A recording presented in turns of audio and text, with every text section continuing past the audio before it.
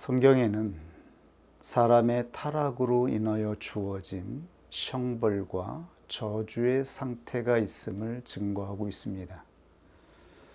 오늘은 특별히 하나님께서 직접 선포하신 뱀과 여자와 남자에게 선포하신 형벌과 저주의 상태가 무엇인지에 대해 확인하고 확증하는 시간을 갖도록 하겠습니다.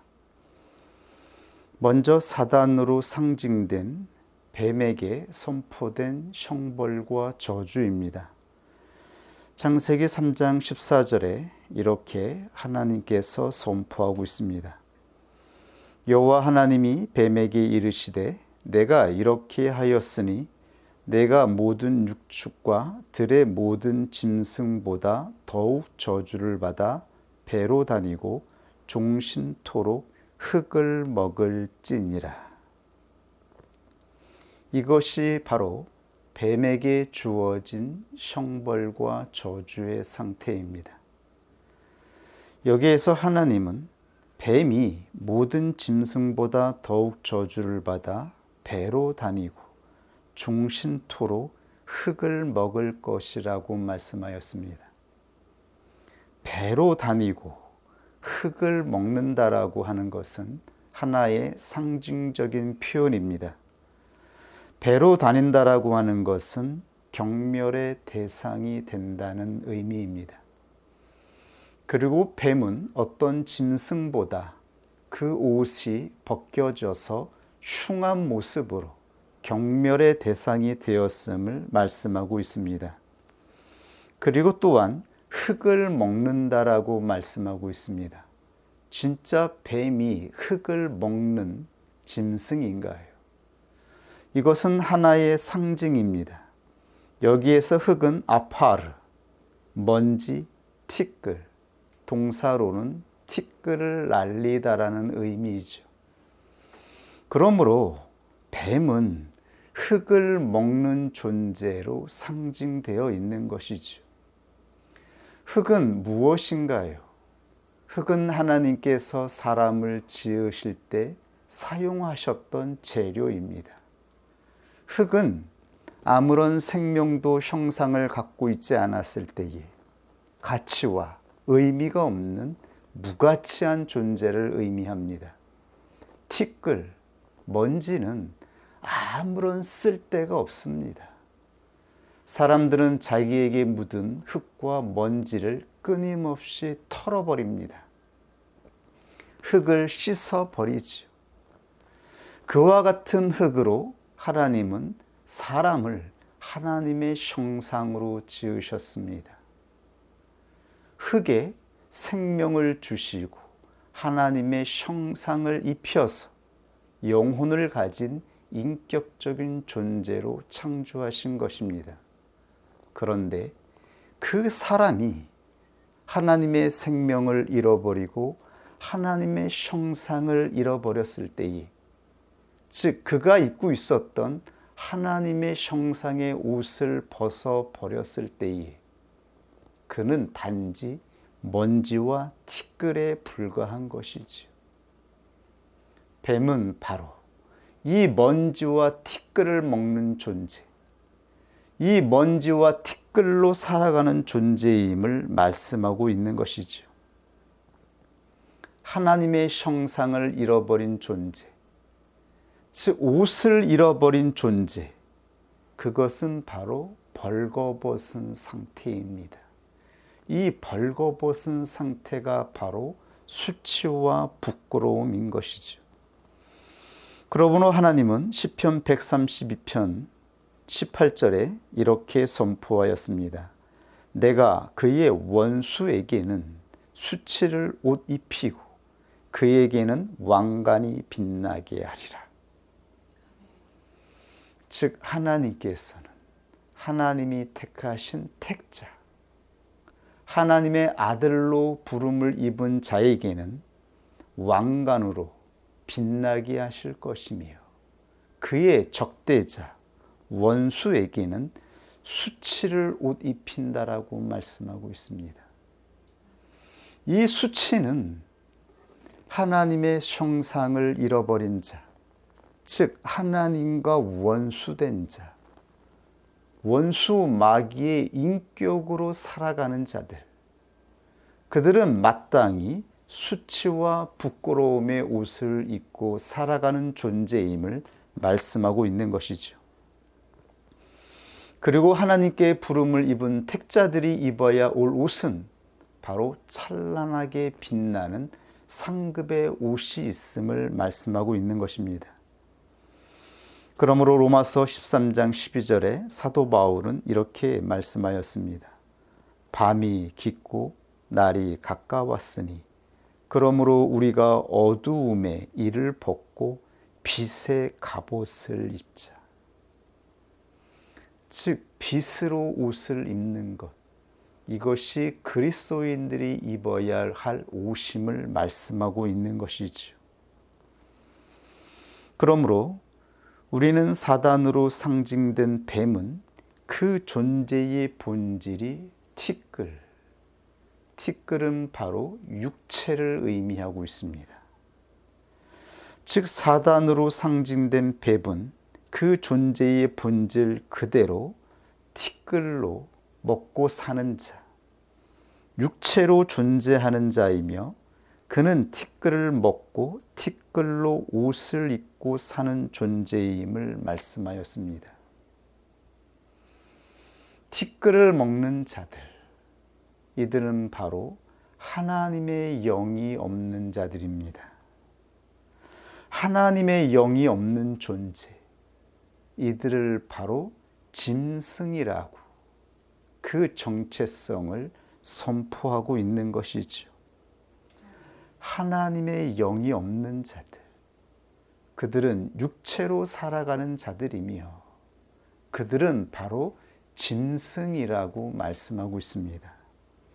그래서 뱀은 모든 짐승의 왕으로 선포되고 있는 것입니다.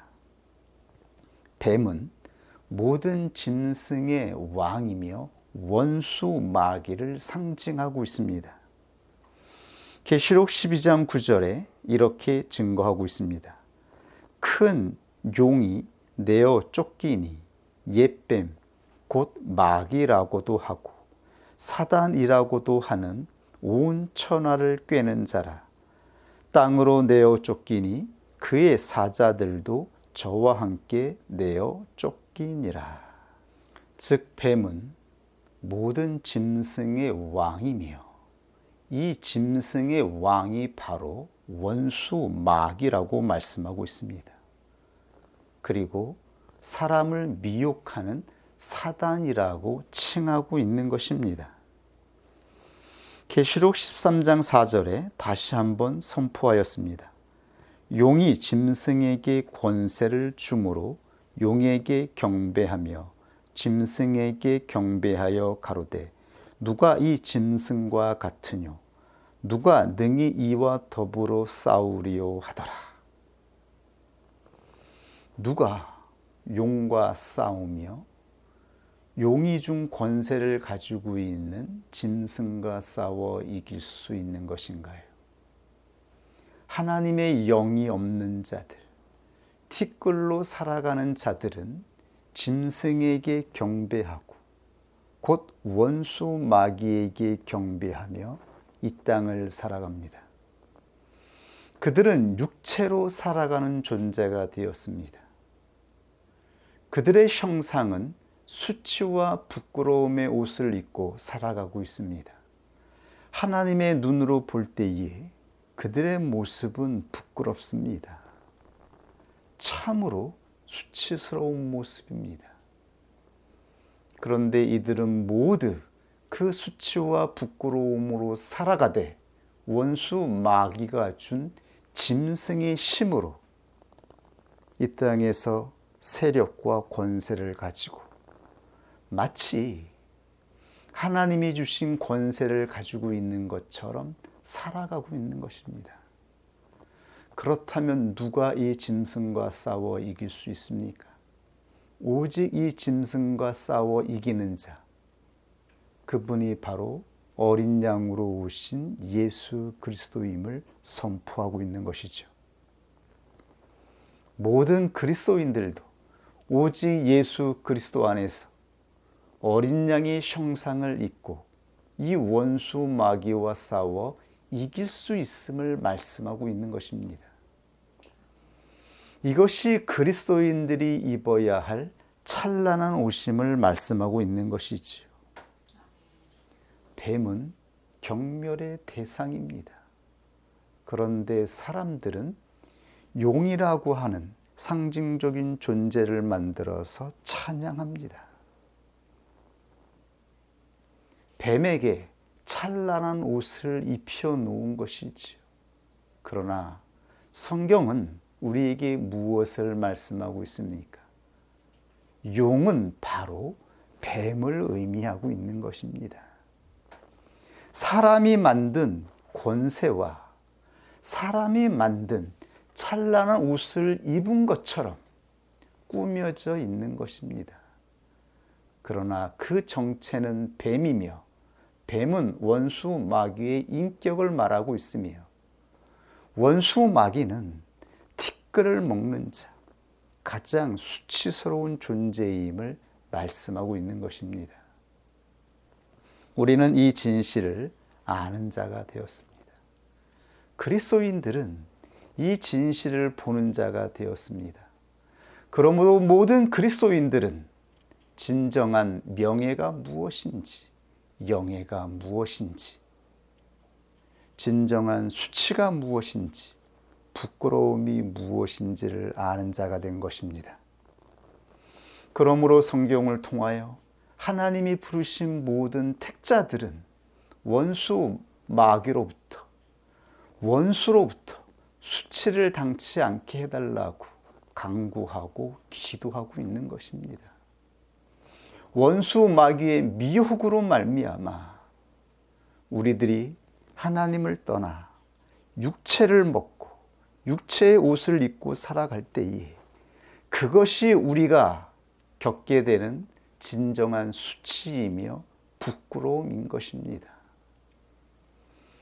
우리는 그 수치와 부끄러움을 당치 않게 해달라고 하나님께 기도하며 긴장하며 나아가야 하는 것이지요.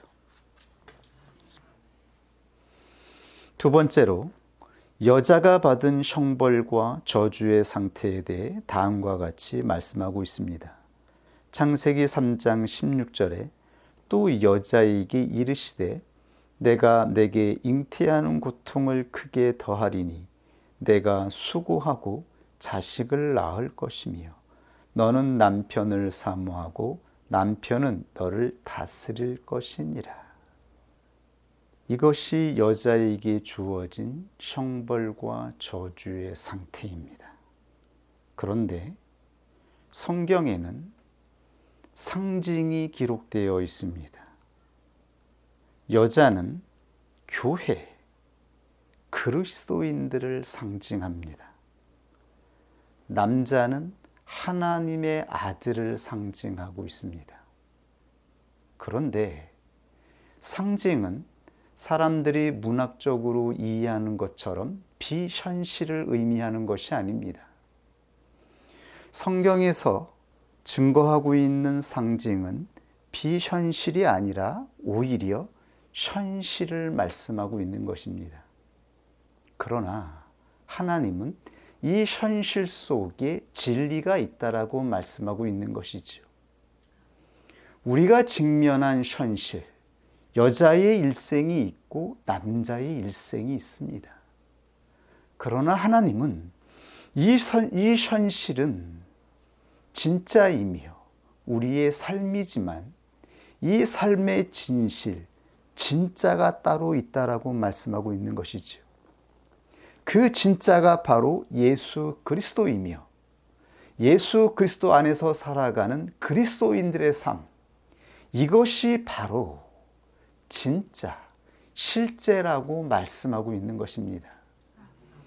그러므로 우리는 여자에게 주어진 형벌과 저주의 상태를 살펴볼 때에 이것이 바로 교회가 직면하고 또 그리스도인들이 살아가는 삶의 현실이 될 것임을 알아야 하는 것이지요.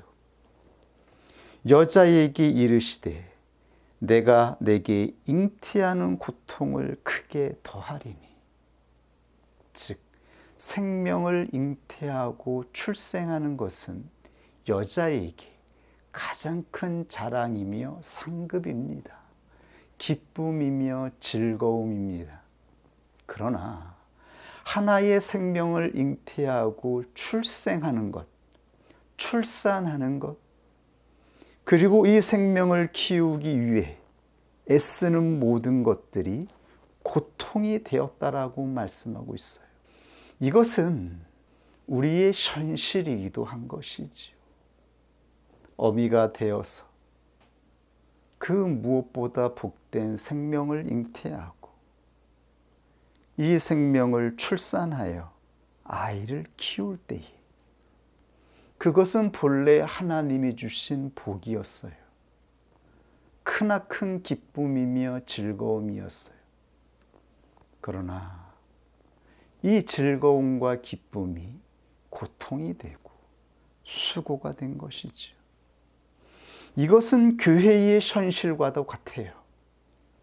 교회 안에 하나님이 주신 생명이 잉태되고 하나님이 부르신 자들이 교회를 통하여 하나님의 아들로 자라나기까지 얼마나 많은 큰 수고와 노력과 희생이 필요한지요.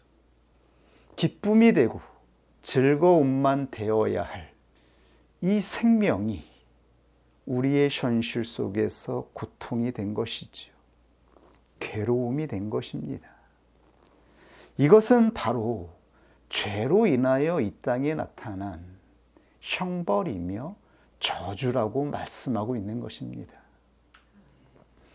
이것은 하나님이 선포하신 죄에 대한, 즉 타락에 대한 형벌이며 저주이기 때문에 그 누구도 이 현실을 피할 수가 없는 것입니다. 모든 사람은 이 현실을 감당해야 하는 것이죠. 이 현실을 짊어지고 살아가야 하는 것입니다. 피할 수 없는 것입니다. 또한 하나님은 사람을 창조하셨을 때에 사람과 사람과의 관계성을 병렬 관계로 교제하고 연합하는 존재로 창조하셨어요. 하나님은 종속하는 관계로 만들지 않았어요.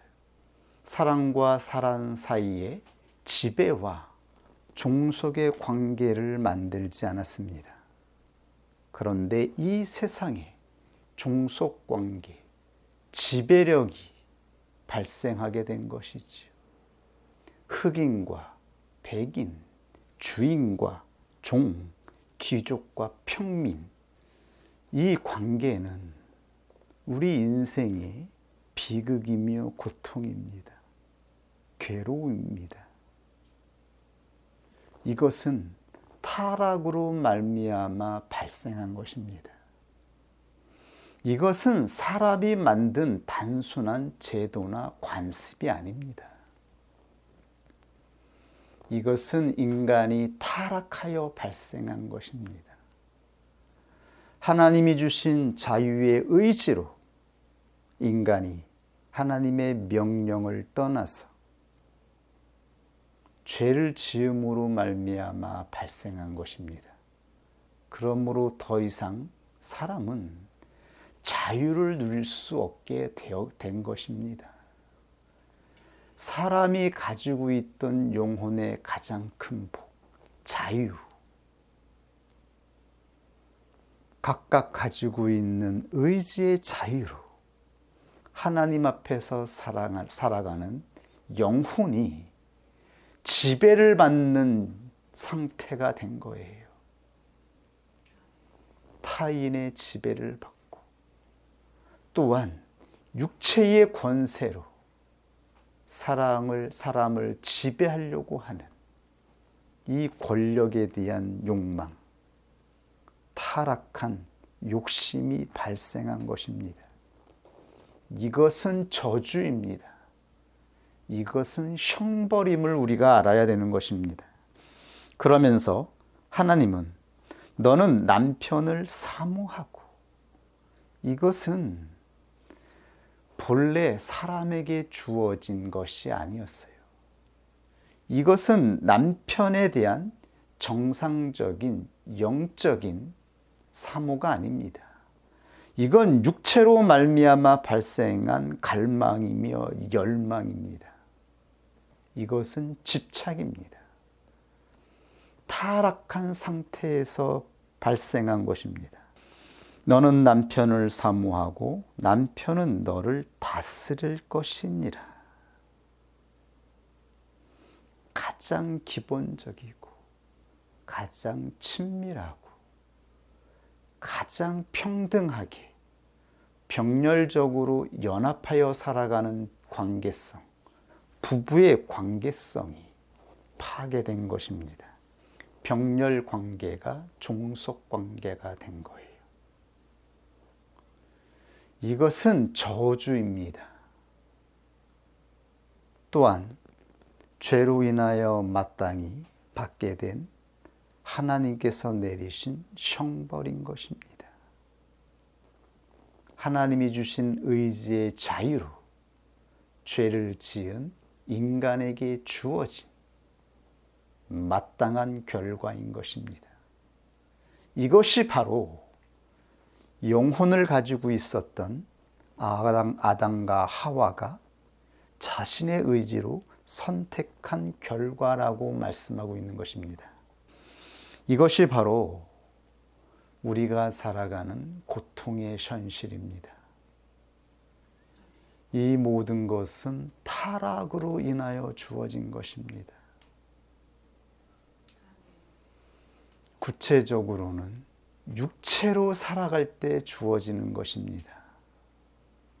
바로 이러한 현실에 하나님은 사람을 구원하기 위해서 이 땅에 독생자 예수 그리스도를 보내어 주신 것입니다. 이 형벌과 저주의 상태에서 우리가 당하는 이 고통의 현실에서 이 저주의 상태에서 이 모든 죄악의 권세를 끊어내기 위해서 하나님께서 예수 그리스도를 이 땅에 보내신 것입니다. 예수 그리스도를 믿는 자들, 오직 예수 그리스도를 영접한 자들 안에서만 이 저주가 끊어질 것이라고 말씀하였습니다. 이 형벌과 저주에서 해방되어 하나님이 주신 의지의 자유로 살아가는 자들, 그들이 바로 그리스도인의 인생이라고 말씀하고 있는 것입니다. 그러므로 에베소서 5장 31절 이하에 이렇게 말씀하였습니다. 이러므로 사람이 부모를 떠나 그 아내와 합하여 그 둘이 한 육체가 되리니 이 비밀이 크도다. 내가 그리스도와 교회에 대하여 말하노라.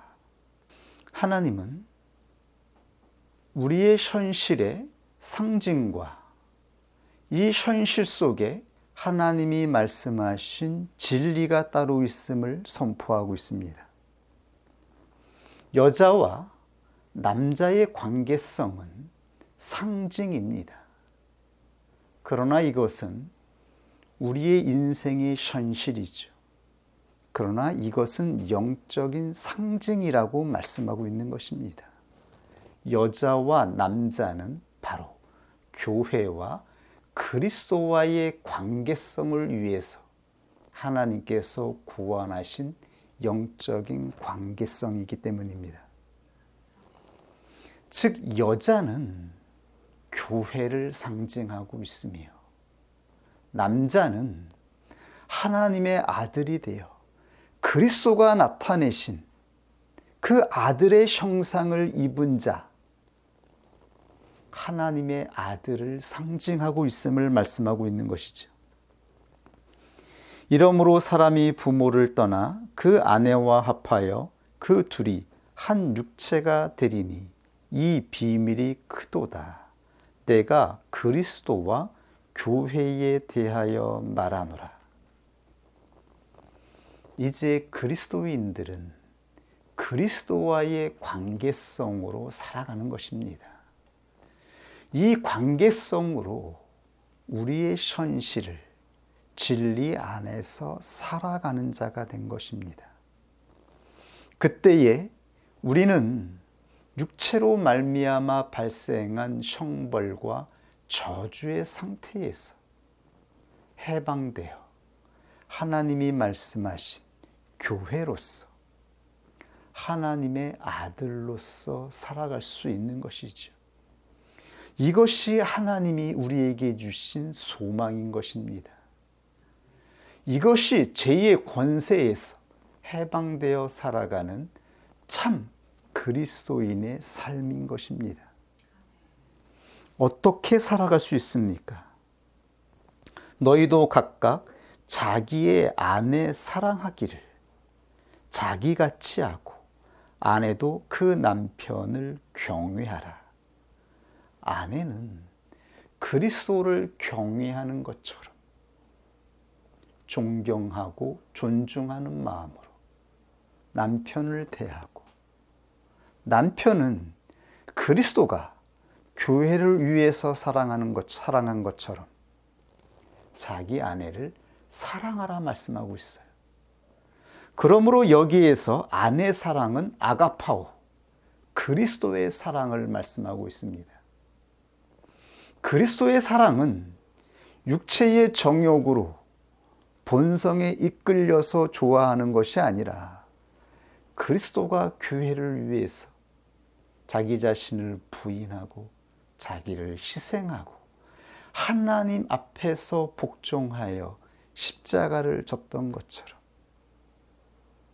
자기에게 주어진 모든 권위와 권세를 하나님 앞에서 내려놓고 가장 낮은 자리에서 교회를 섬겼던 것처럼 섬기는 마음으로 살아가는 것, 이것이 바로 하나님이 말씀하신 아들, 남자가 이루어야 하는 아들의 형상임을 말씀하고 있는 것입니다.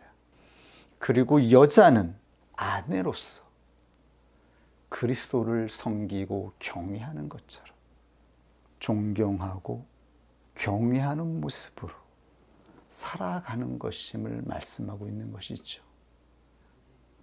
누가 아내이고 누가 남편입니까?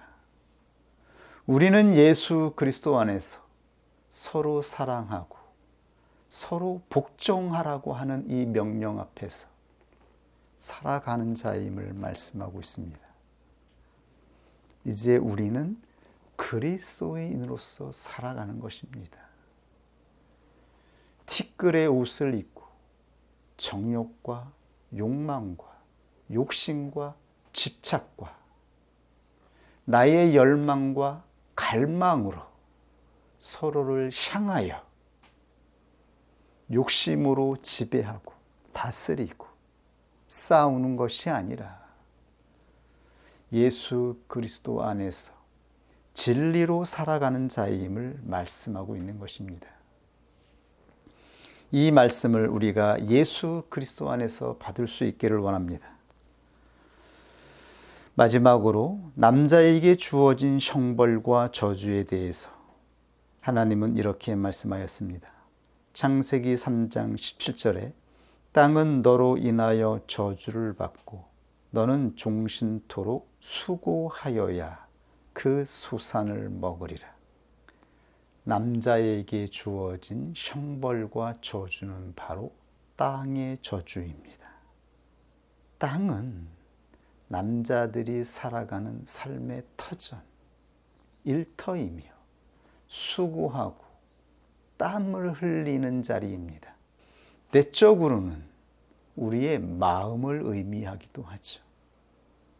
그런데 남자가 일생을 통하여 수고하고 땀을 흘려도 명예가 주어지지 않아요. 존경이 주어지지 않습니다. 평생을 일하고 수고하고 헌신하여도 내 아내로부터, 내 자녀들로부터, 사람들로부터 존중을 받지 못합니다. 일터에서도 모욕을 당하며 부끄러움을 당하며 가정에 들어와서도 존경을 받지 못해요. 남자가 행하는 모든 수고와 헌신, 땀 흘리는 것들은 그냥 노동의 고통으로 돌아가는 것입니다. 에덴 동산에서 추방되어서 행해진 모든 노동은 명예가 사라진 것입니다. 자랑이 사라진 것입니다. 이것이 바로 남자들이 살아가는 일생이기도 해요. 그토록 평생을 수고하고 헌신하였음에도 남자의 마음은 공허하죠. 허무합니다. 그 누구에게도 인정을 받지 못하기 때문입니다. 남자는 수고하고 헌신한 것으로 존중과 자랑과 상급을 받는 존재로 창조되었어요. 하나님은 남자에게 에덴 동산을 맡기셨어요. 관리의 책임을 맡기셨습니다. 모든 노동의 수고를 남자에게 맡기시고 그 명예와 상급이 남자에게 주어지는 것이었어요. 그러나 에덴 동산에서 추방되어 살아가는 이 땅에서의 수고는 아무런 명예도 없는 것입니다. 즉 여자에게는 가장 즐거움과 기쁨이 되어야 할 가정이 고통의 자리가 되고, 남자에게는 명예와 상급이 되어야 하는 일터가 고통의 자리가 된 것입니다. 즉 우리의 일생이 수치와 부끄러움으로 옷을 입은 것입니다. 우리가 행하는 모든 것들이 허무한 것이 된 것입니다. 이것이 바로 저주받은 일생이라고 말씀하고 있는 것입니다. 이것이 바로 하나님의 영이 없는 자들, 육체로 살아가는 모든 일생이라고 말씀하고 있는 것이죠. 그러므로 하나님은 하나님이 부르시고 택하신 사람이 하나님의 형상을 입을 수 있도록 자신의 아들 독생자를 이 땅에 보내신 것입니다. 이 저주받은 일생에 매여 살아가는 사람들을 구원하시기 위해서 예수 그리스도가 이 땅에 오셨다라고 말씀하고 있습니다. 히브리서 2장 14절 이하의 말씀입니다. 자녀들은 혈육에 함께 속하였으며 그도 또한 한 모양으로 혈육에 함께 속하심은 사망으로 말미암아 사망의 세력을 잡은 자 곧 마귀를 없이 하시며 또 죽기를 무서워함으로 일생에 매여 종노릇하는 모든 자들을 놓아주려 하심이니. 종노릇하는 이 일생, 자유가 없는 일생인 것이죠. 지배받고 종속되고 눌리고 고통받는 일생입니다. 이 일생에서 하나님은 우리의 영혼을 구원하시기 위해서 독생자 예수 그리스도를 보내어 주신 것입니다. 그러므로 그 누구도 이 땅에 이루어진 이 모든 고통, 이 저주와 형벌의 자리에서 벗어날 수 없습니다. 오직 이 저주의 상태에서 벗어나는 유일한 길은 바로 예수 그리스도를 영접하는 것입니다.